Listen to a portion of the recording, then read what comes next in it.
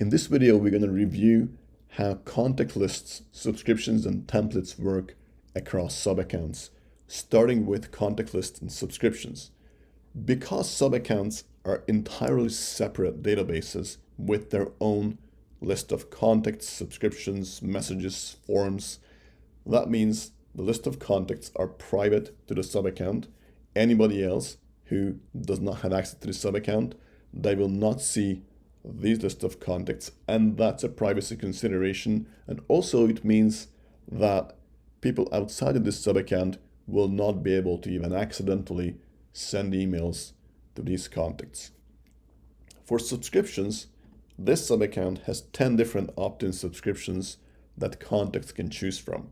And when I go to the subscription management page, I can see this is the branding, and those are the subscriptions that contacts can turn on and off for this sub-account, or they can unsubscribe from everything within this sub-account. Now this also means, because everything is separated, if the same contact exists in multiple sub-accounts and they unsubscribe in one sub-account, that contact will remain subscribed in other sub-accounts.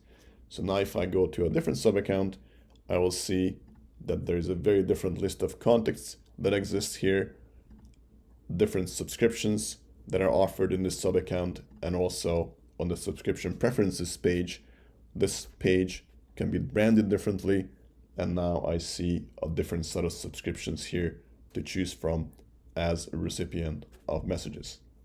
Now for templates, when I go to the templates list page, which is only accessible for administrators to update, I can decide to share templates across sub-accounts, and that's the only thing that can potentially be shared across sub-accounts.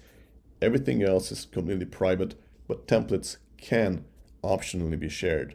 When I go to a template and go to the configure tab, by default the template will be private only to the sub-account where it's created, or I can decide to share it with either all sub-accounts that belong to this organization, or make it available to a select number of sub-accounts, and then only they will have access to this template.